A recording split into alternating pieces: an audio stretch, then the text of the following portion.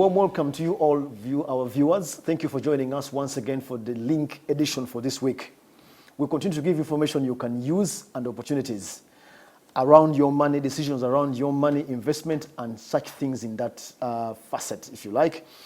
And tonight we're discussing still about your money, giving you information. And we're asking a question.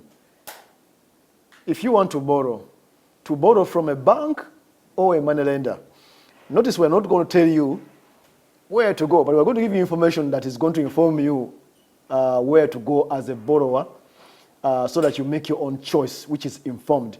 And tonight in the studio, I have somebody qualified to give us that information.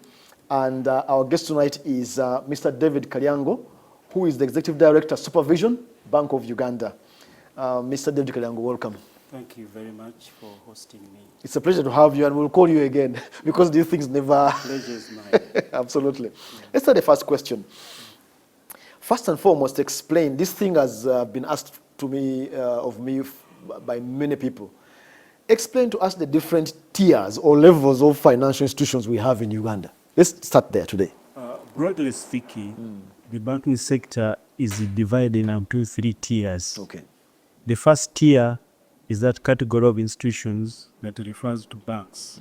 And their capital requirement is 150 billion. So those are banks? Those are the banks. And there are 22 of them in this country. Then the second tier is credit institutions. And those are 7, and the capital requirement is 25 billion. When I talk about these capital requirements, I mean money they are expected to maintain on their books at all times, and not money that they remit to Bank of Uganda, no, as some people sometimes think. And I want to touch on the last category, referred to as Tier 3.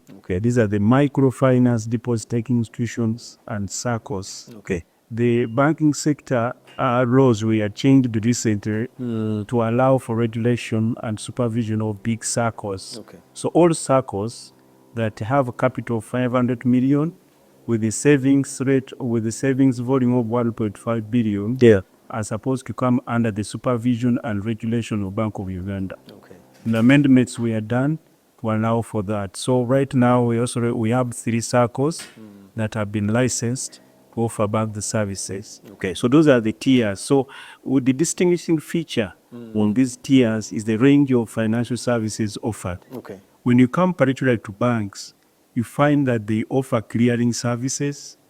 By clearing, I mean exchanging checks. Not the other 2 do not exchange checks. No checks, checks with banks only. Banks only. So if they are to come, if they have checks, they have to take them to their nominated banks to help them deliver that service.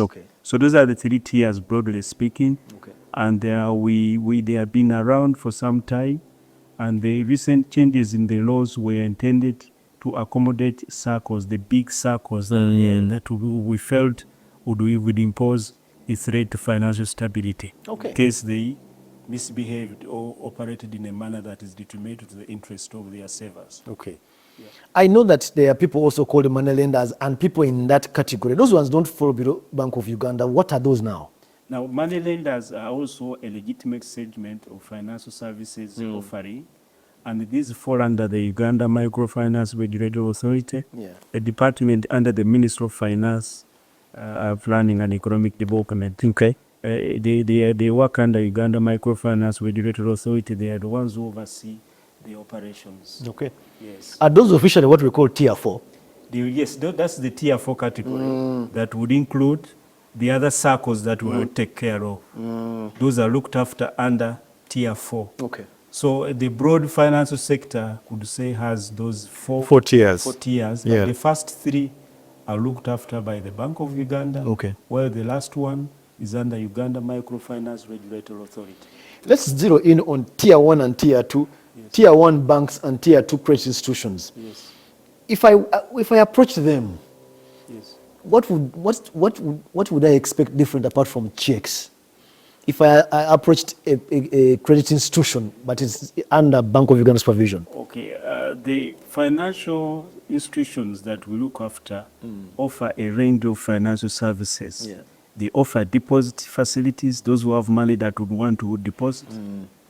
They offer savings, they do payments, they do guarantees, they do all sorts of investments that you may want to have depending on the product offering of the institution. Okay. So the services offered range from savings, investments, deposits, guarantees, and any other form of bond that you may want to issue can also come under the same banks, the same institutions, under the supervision and back of it.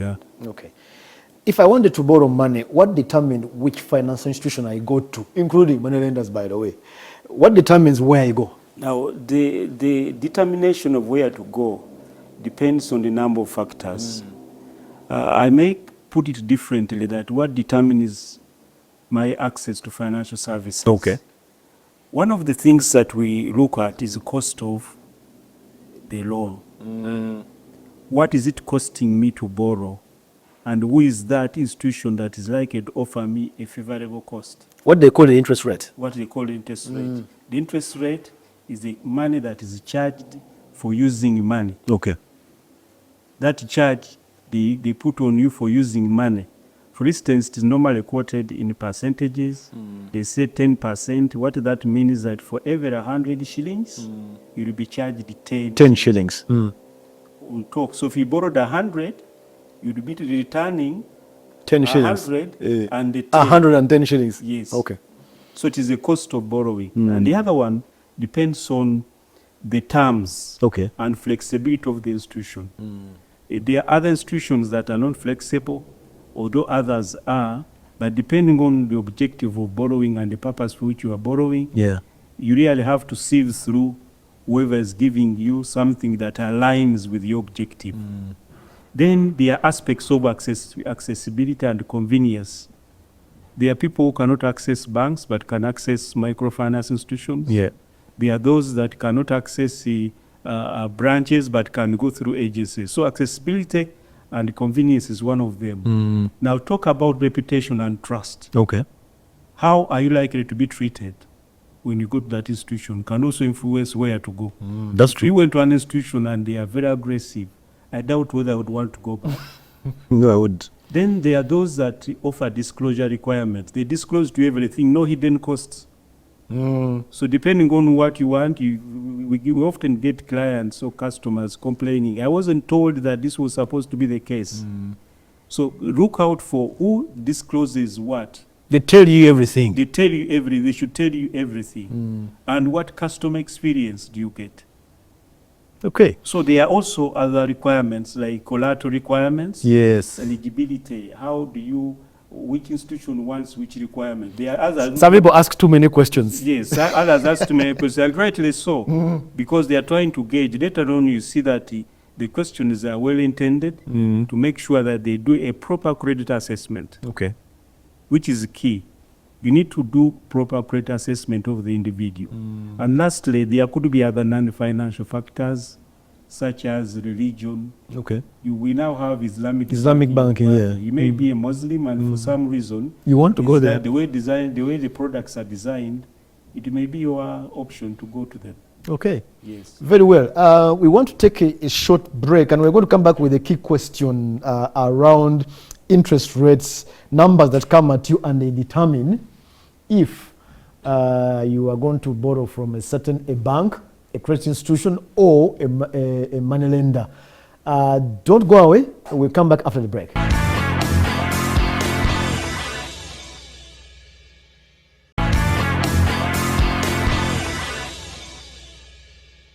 Welcome back from that break, and the link continues.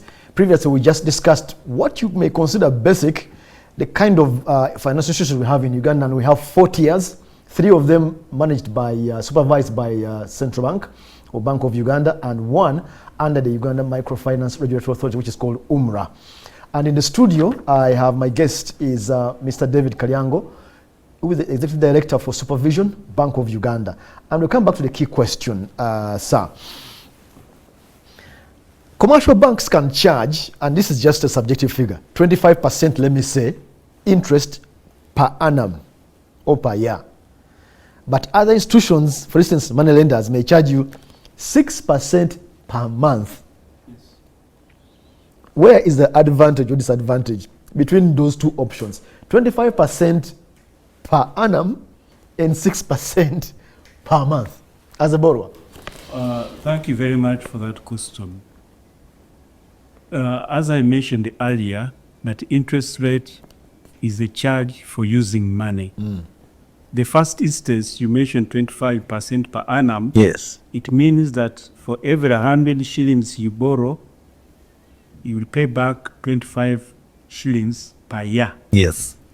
And in the other one, of 6% per annum per month, it means for every 100 shillings you borrow, you pay back 6 shillings per month. It looks as if 6 is good. So if I were to bring all of them to a year, the first one is 25%, that is 25% per annum. If I'm comparing with the 6% per annum Per month. I'll be talking about 72% on average per year. Say that again. How do we come to that? So if you say a year has 12 months, and if I'm charging you 6% per month, Yes. the whole year of 12 months is 6% times 12, Oh. which is 72%.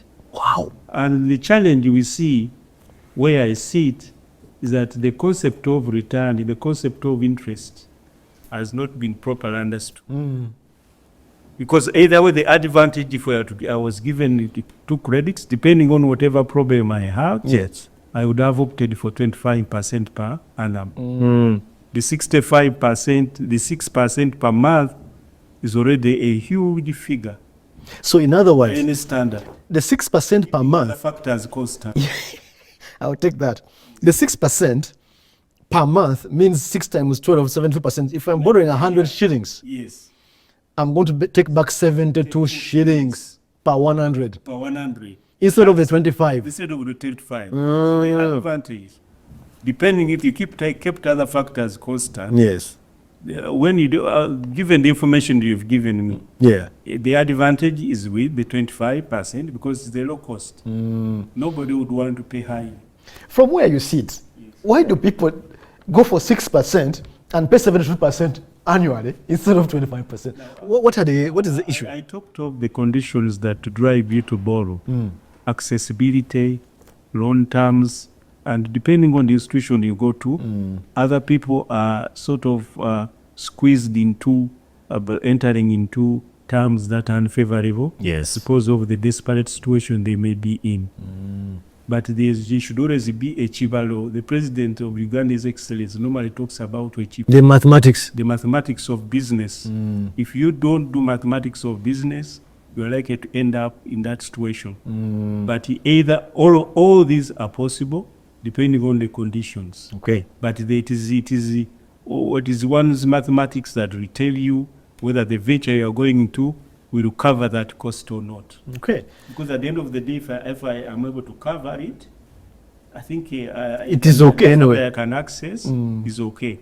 But if you don't have any other sources, I think 6% is so exorbitant per annum, per month. Okay. So viewers, take note.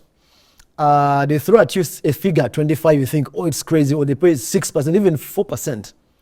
Ask them, is it per month or per year? And if it's per month, are you going to pay it for 12 months or 6 months? Do the math before you take the decision. That's what the director is telling us here. So director, let's move on to the next question. There are lenders who say that they can lend you without referring to your credit history or credit record. That means they don't mind how risky you are. And they may not check with the Credit Reference Bureau, which keeps our records in terms of borrowing.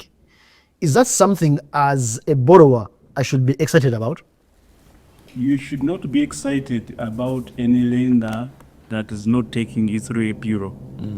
It is a blessing in disguise. Okay. A bureau is an institution that collects, compiles, and shares credit history of individuals.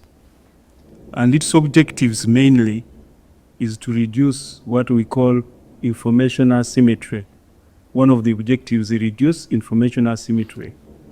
Information asymmetry means one of the parties to transaction has more information than the other party and takes advantage of it. If you compare a typical case of a lender and a borrower, these are two parties to this transaction of a loan. Now we find that the lender doesn't have enough information about the borrower, and the borrower has information.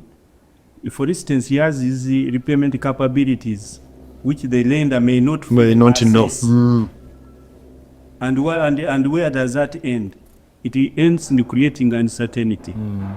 And in normal economic terms, information asymmetry leads to market failure. How? For this case, I've talked about lender and borrower. When a lender is uncertain about the borrower's repayment capability, that uncertainty makes the lender charge high interest. The interest rate is higher. And what that does is to drive out good borrowers, because he can no longer distinguish between good and bad. So he charges everybody as bad, risky. So the Credit Difference Bureau helps you to minimize that gap. Okay. The other aspect is enhancing credit assessment. Okay. What is the benefit of enhancing credit assessment? It is a requirement that before you borrow, the banks are required to share information with the bureau and also search the bureau for any borrower who is coming to borrow. Okay. And they are required to submit both negative and positive information. So that improves the assessment of each lender that you have, each borrower that you have. Because you have the negatives of a person and the positives of a person, so you are able to price that person's borrowing correctly. And so we benefit from that in terms of turnaround time, in terms of proper assessment. You reduce failure of the market to deliver. Credit markets suffer a lot from this aspect of information asymmetry. Okay. Then the other one, which I want to touch on, is lowering the cost of borrowing.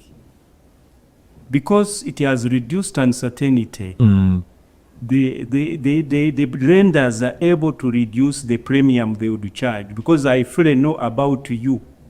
I know your credit history. I know who you are borrowed from. They build a profile of a borrower. So all Ugandans now borrowing are required to file their records to the bureau. So the banks take that information to the bureau. When they want to lend, then they also check. And I've seen it even in mobile money. So there are advantages in having a bureau in place. So whoever is trying to lend you without a bureau, checking with the bureau, you are likely to take a very huge cost on borrowing, because he assesses you at a different rate. It doesn't take advantage of your profile. You may be somebody who is of a low risk profile, but you are judged as high risk profile. We end up paying highly. So I encourage people not to take anything to do without, accessing the bureau. Unless they are... They are doubtful, unless they are dubious activities. Okay. Thank you so much, Director Mr. David Kalyango, Executive Director Supervision, Bank of Uganda, for helping us with that lesson. We were asking to borrow from a bank or a money lender. We never told you where to go. The Director here helped us deal with the information that's going to help you assess where you need to go. And we gave you, and the information there was, for instance, 25 and 6%. Do your